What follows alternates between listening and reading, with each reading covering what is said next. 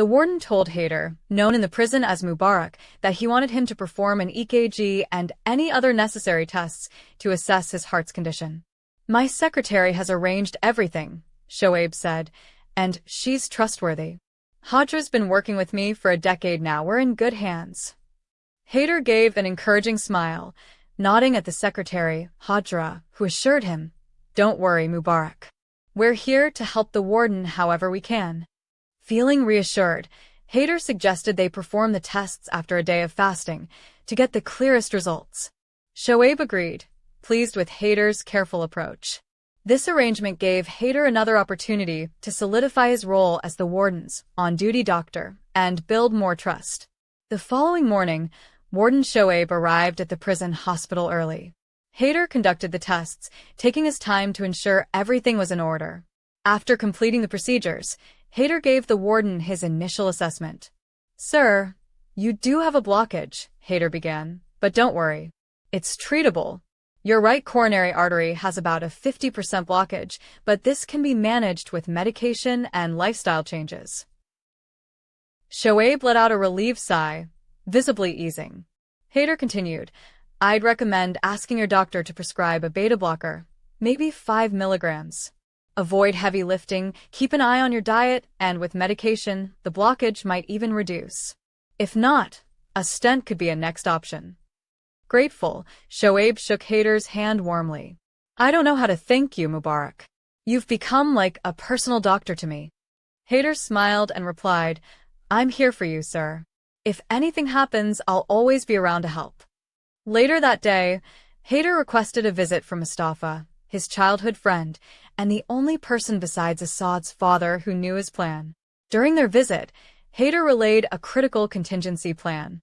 "Mustafa, reach out to our attorney and ask him to file a motion requesting Assad's execution be delayed until after the election. It's a long shot, but it could buy us some time." Mustafa listened intently as Haider continued, "There are 3 guards responsible for the execution. They live in Rawalpindi. If the plan fails, I need you to arrange for those guards to be unavailable on the day. Maybe they get sick, or anything to delay this." Nodding with understanding, Mustafa assured Haider he'd do his best. As he left, he immediately began working to file the motion, knowing the clock was ticking. A week passed, and political tensions between the PTI and CNP parties had escalated, leading to riots in the streets. Roads were blocked, and the prison faced staff shortages as many employees were unable to reach the facility. That Friday night, the warden stayed back at the prison and ordered fried chicken for dinner. However, as he called home, his wife argued with him over his absence, frustrated that he'd missed a family gathering where a potential suitor had come to meet their daughter. The argument left the warden tense, and shortly afterward, he began experiencing severe chest pain.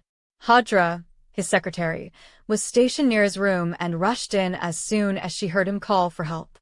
She alerted security, who immediately transported him to the prison hospital.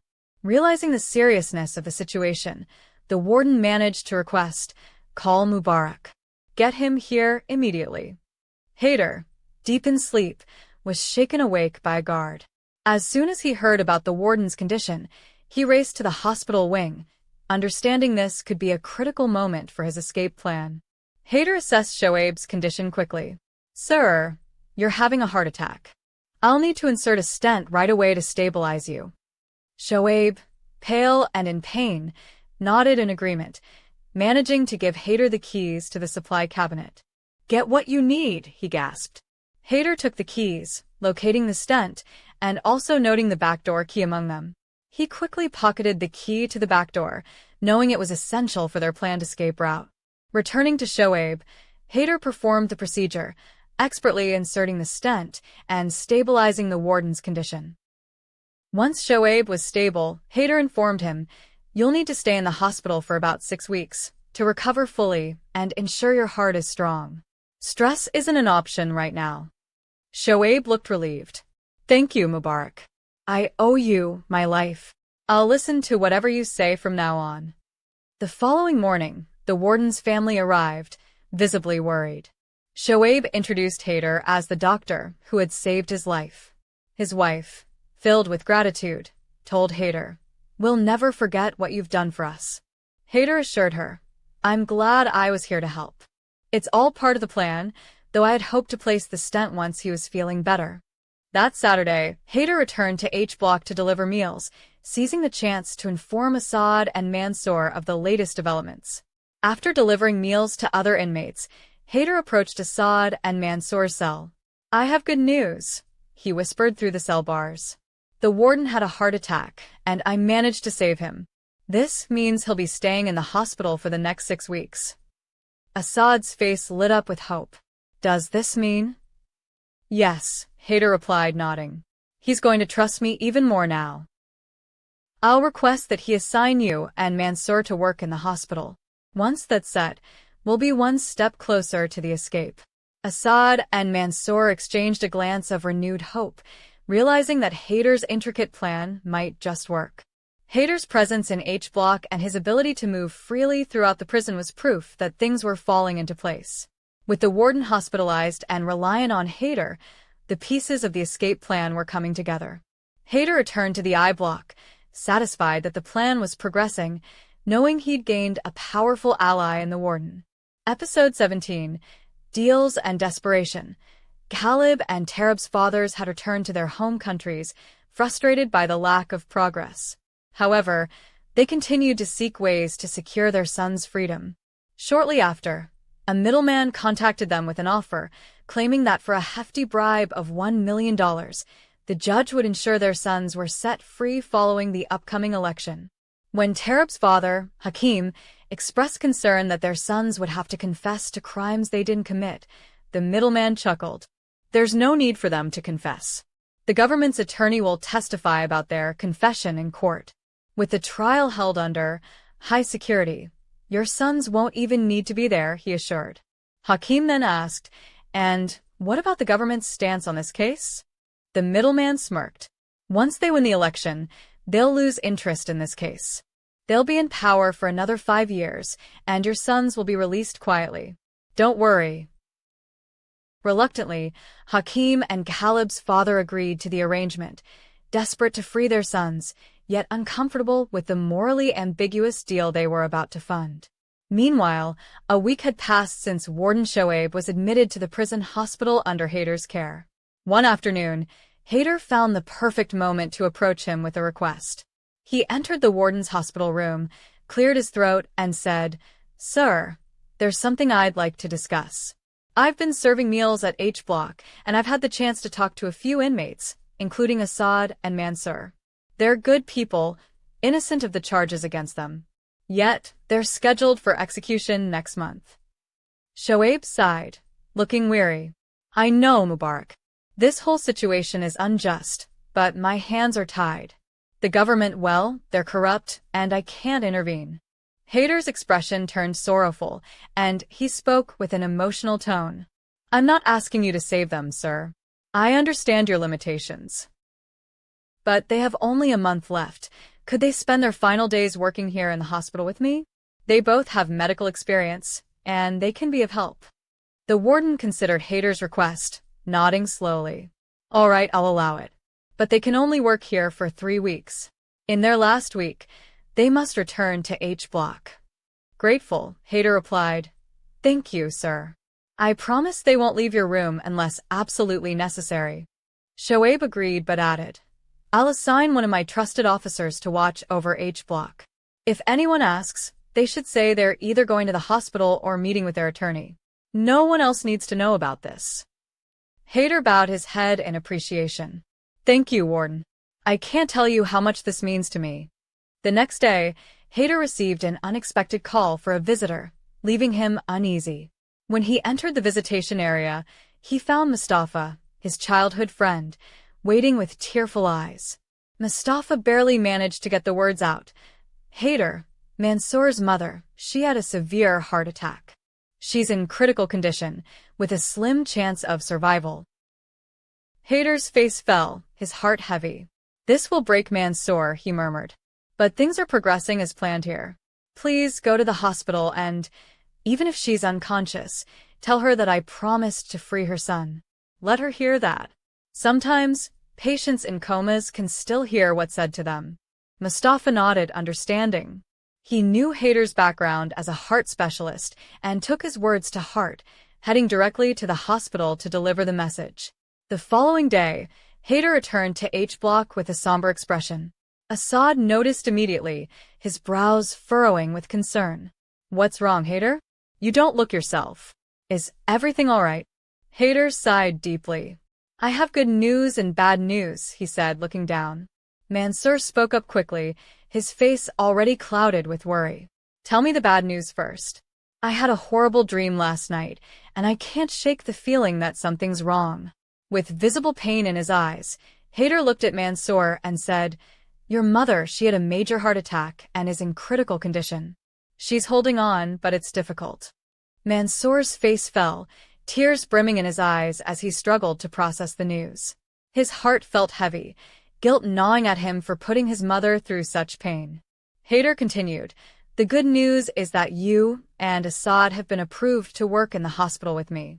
But listen carefully, if anyone asks, you're either going to see your attorney or to the hospital. There are government informants here in H Block keeping an eye on you." Assad and Mansoor nodded solemnly, understanding the gravity of their situation. After Haider left, Mansoor found a quiet spot in his cell and began to pray. He poured out his heart, pleading with God, "You know we're here for crimes we didn't commit, and you know we're innocent. Please protect my mother. Give her the strength to survive this, and let her see me free one day." Tears streamed down Mansoor's face as he whispered his prayers, his faith the only thing giving him strength in that moment. Episode 18, The Hidden Visit. A week had passed, and Assad and Mansoor had settled into their new roles at the prison hospital. Each day, they joined Haider in the warden's hospital room, where they spent hours playing cards with the warden, sharing laughs, and savoring moments of normalcy. Despite their circumstances, the warden's kindness and companionship helped them forget, even briefly, the grim reality they faced. One afternoon, the warden noticed Mansoor looking downcast and asked, "Why the sad face? Are you worried about, what's to come?" Mansoor looked up, his eyes weary. "I'm not afraid of death. If that's what God has planned for me, I'm ready to accept it." But he hesitated, then sighed deeply. "My mother recently had a heart attack. Thank God she survived. The thing is, I realize now how little time I gave her. I was always busy with school or social media. And now, just when I want to be with her, I might not get that chance." The warden, knowing the truth of Mansoor and Assad's innocence, felt a pang of empathy. He placed a hand on Mansoor's shoulder and said, "Let's arrange something. A secret visit, just for you and Assad to see your families." The next day, the warden quietly arranged for both families to come to the hospital through the back door, hidden from the prison staff and other inmates. When Mansoor and Assad saw their families walk through the door, their eyes filled with tears of relief and joy. They embraced each other, sharing a meal together in the hospital room. It was the first time since their trial that they'd seen their families under such peaceful circumstances. Mansoor's mother clasped her son's hands, her eyes brimming with emotion. He reassured her, "Stay strong, Amy. I promise I'll make it out. Keep praying for me. I've read that a mother's dua can change everything." She wiped her tears and nodded, her voice soft but resolute. "My prayers are with you, Beta. Always." The visit uplifted Mansoor's mother, who left feeling hopeful, having seen her son in good health and surrounded by support. As the families prepared to leave, the warden took them aside and cautioned, "Please, don't speak of this to anyone. If word gets out, I'll lose my position and could end up in prison myself." Grateful for his kindness, the families agreed and thanked him wholeheartedly. This rare moment of family connection strengthened Mansoor's spirit. After their families had gone, Mansoor turned to Assad with a newfound peace. "Even if death comes now, I'm ready. I've seen my mother, and that's all I needed." Assad smiled, though his gaze was determined. "I'm not ready just yet. I still have dreams to fulfill. I want to fight for our innocence, expose the corruption, and make sure no one else ends up here like we did." Mansoor nodded in agreement, returning to his cell feeling at peace, prepared for whatever lay ahead. Meanwhile, unknown to them, an informant within H Block had been watching their movements closely. He reported to his connections in power, informing them that Assad and Haider were visiting attorneys twice a week and going to the hospital 3 times a week. The powerful figures behind the scheme laughed, amused by the notion that Assad and Mansour might still have hope. They remarked, "Let them keep meeting with their attorneys. They're in for a rude awakening when their motion is denied after the court's 30-day review. As for the hospital visits, let them prepare themselves mentally. They'll need it for what's coming." Episode 19. The Last Hope. 1 week passed as Assad and Mansour continued their duties at the hospital, helping Haider while quietly dreaming of life outside. Haider, now possessing unrestricted access to the prison, secretly prepared for their escape. He had acquired a police officer's uniform from the laundry room, intending to use it as a disguise during the plan. Wearing his white hospital coat, Assad and Mansour blended in as healthcare workers, making their presence in the hospital seem ordinary. One day, Haider gathered Assad and Mansour and told them, "This is our last week to escape. The guard at the back door is a close friend of the warden's, and no one else is allowed in that section of the hospital. I'll stage a small fire as a diversion, get the guard's key card, and we'll leave in an ambulance." Assad looked skeptical. "Haider, none of us know how to drive an ambulance. We'll be caught." Haider grinned. "Don't worry. I've arranged everything." The night before the escape, however, something unexpected happened. A mentally unstable inmate tried to break out, triggering a red alert throughout the prison. The escape attempt failed, but for security reasons, all inmate movements were frozen and activities were suspended. By morning, Assad and Mansour were still locked in their cell, no one coming to retrieve them for their hospital duties. Panic set in as they feared the plan had been discovered or that Haider had been caught. The next morning, Haider asked the warden if Assad and Mansour could resume their duties in the hospital, as they were only supposed to work there for 1 more day. The warden sighed and explained, "This lockdown was ordered by the assistant warden's son. It's out of my hands. For the next 48 hours, all activities are frozen. Besides, tomorrow is their last day here, as I promised you." Haider's heart sank. He left the hospital and immediately called Mustafa, the one person he trusted outside. "Mustafa, our plan's been derailed," he said with a grim expression. "Everything now depends on you. If I fail, Assad and Mansour won't see freedom again." Mustafa gave him a determined look. "Do you doubt our friendship, Haider?" he asked. Haider's face softened, and he hugged Mustafa tightly, whispering, "This is goodbye, my friend," and gave him a note. The next morning, Assad and Mansour hadn't slept, eyes fixed on the heavy iron door. The anxiety was unbearable. If Haider didn't come through that door with breakfast, they'd know the plan had failed. They prayed all night, asking God to protect Haider and bring him safely to them. At exactly 8 a.m., the door opened, and Haider entered, looking tense. He went about serving breakfast to other inmates, then finally approached Assad and Mansour. They noticed his worried expression, and Assad immediately asked, "What happened, Haider?" Haider explained the escape attempt in the mental ward, which had triggered the lockdown. "Because of this, you're no longer allowed to come to the hospital. The warden is sticking to his word, so this is the last day we have together." Assad's face darkened. "Then what now, Haider?" Haider leaned closer. "I promised you that you won't be executed on the date they set. Just trust me. God is with us, but you have to be prepared for whatever may come." In the next few days, Haider visited them regularly, each time sharing moments of encouragement. The night before the scheduled execution, Assad looked at Haider with a sad but resolute expression. "Haider, promise me you'll take care of my parents. Be there for them, no matter what." Haider, with tears in his eyes, nodded. "I promise. I'm sorry this didn't work out, but I still have hope that something will change."